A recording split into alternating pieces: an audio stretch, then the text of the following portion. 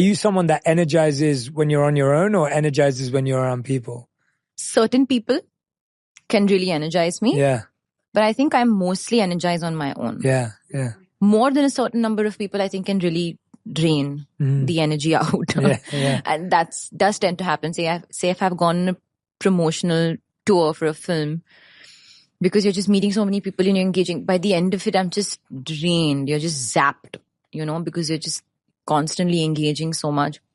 I think I'm also one of those people who is very, I think of there being like this sort of twinkly light in front of me where I feel like I can take people's energy in pretty quickly.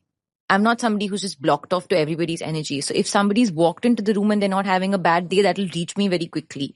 If something has happened, which is a chaotic situation, it's not like I can block it off.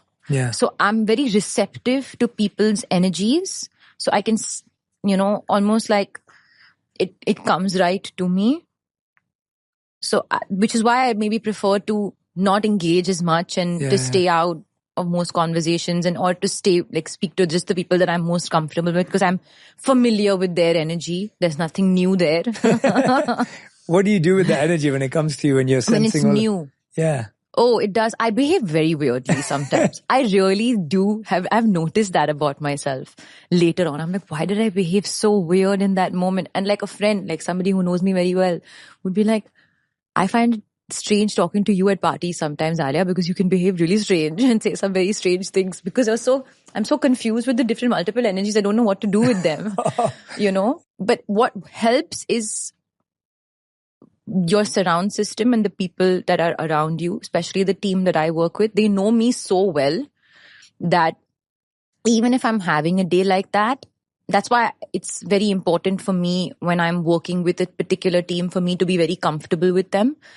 Because if I'm not comfortable with them, all this will add to my daily energy zapping, Again, it seems like I'm talking about all my energy and my things that they might have their own day. And I'm very receptive to that as well. And everybody's sensitive to everybody. And here, because I'm talking about myself, I just thought that it's important to find a way to go through the day where you do your own thing and you don't demand too much from people. And likewise, vice versa, I don't demand too much from people as well when I'm going about my day. When did your self-care and mental health advocacy work begin? Like, what was it that led you in that direction where you started to prioritize self-care, talk about anxiety, talk about mental health? Like, when did that become important for you and why? I think my sister, she was a huge part of that, I think. And obviously, I'm doing it at a very small level. Whenever I can talk about it through my own lens, I do.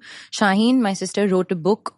It's called I've Never Been Unhappier. And she's, lived with depression since she was 13 and has built some amazing tools in life to be where she's at today. And she speaks about it beautifully.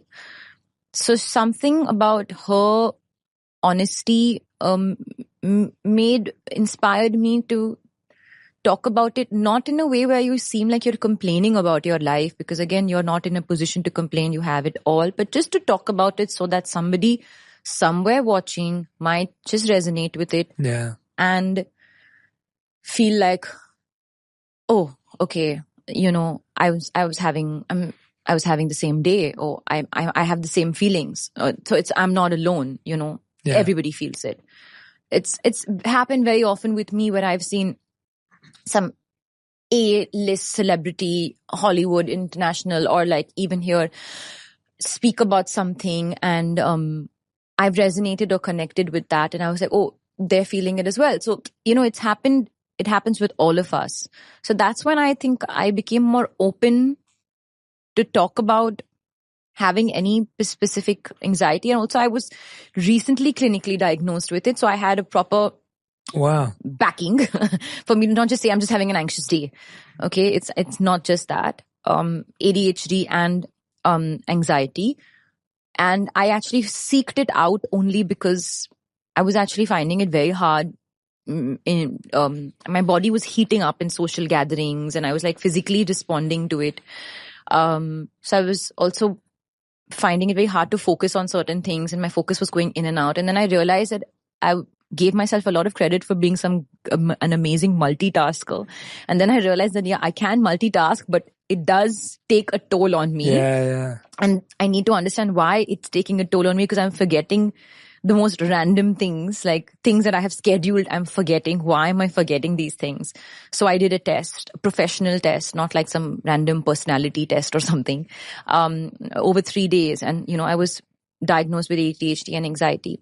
And immediately I was happy. My ADHD in me gave me information, right? Yeah. So whenever there's lack of information is when I get most thrown off. So I'm always seeking information, comfort, very averse to change. So the minute I was aware of these things, it's actually made dealing much simpler. Yeah. And I'm not on any medication or anything, although I can be, but I chose not to. And I'm actually just actively working on it to help get through it. Yeah. And I think I manage pretty well. Yeah, thank you for sharing that. I mean, I think it's so useful for people to hear that, because as you said, we always think everyone else is doing just fine. And especially at parties and events, it's fascinating to me how many people who go to these, whether award shows, whatever it may be, the amount of people who say to me, I am so anxious, and everyone's feeling that way. Everyone's going through it. Everyone's worried about what they're wearing, how they look, how the night's going to be, who they're going to bump into. Like, it's so incredible that everyone's feeling the same way, yet everyone's trying to act normal. And so I think, people like yourself sharing that you feel it, you experience it, and also how a diagnosis can actually relieve you of that pressure. It does. Yeah, and relieve you of that stress. Because it makes you feel like, there's a lot of noise, there's a lot of chatter in your brain, and you feel like, is it just my brain, or is it just something that is happening to me today? And the minute you find an answer to it, you feel like, it's not something that I was just making up for myself. That's what it is. Yeah. And I think it's comforting. It's comforting to know that you had an inclination that something was holding you back from going about your day in a specific way. And now there's an answer to it. Yes. You get the comfort, and then you put specific sort of, structures in place in your life to help you get through that. And whatever that may be, to each his own. I chose to find ways to center myself through different ways, and, use the support of my team to maybe delegate a little bit more, do things so that I'm not, and remind me about certain things, all those little things. So I was forgetting the most random things. But I think the need for getting it more in order came after being a mom, because I was I don't want to forget anything related to my daughter. I think that was my big fear. Again, parenting pressure, that you put on yourself, etc. But yeah, that happened, I think, last year, and it's been a while since that happened. The reason I also again talk about it is not to seem like, I'm having such a hard time and look at me and feel bad for me. It's none of that. And I think a lot of the times it's me and my sister, when we sit and talk about it, it's not like we're only talking to each other about how we're struggling, but it'll just somehow come up when we're talking about this happening, and it's just understood that it's because of XYZ reason.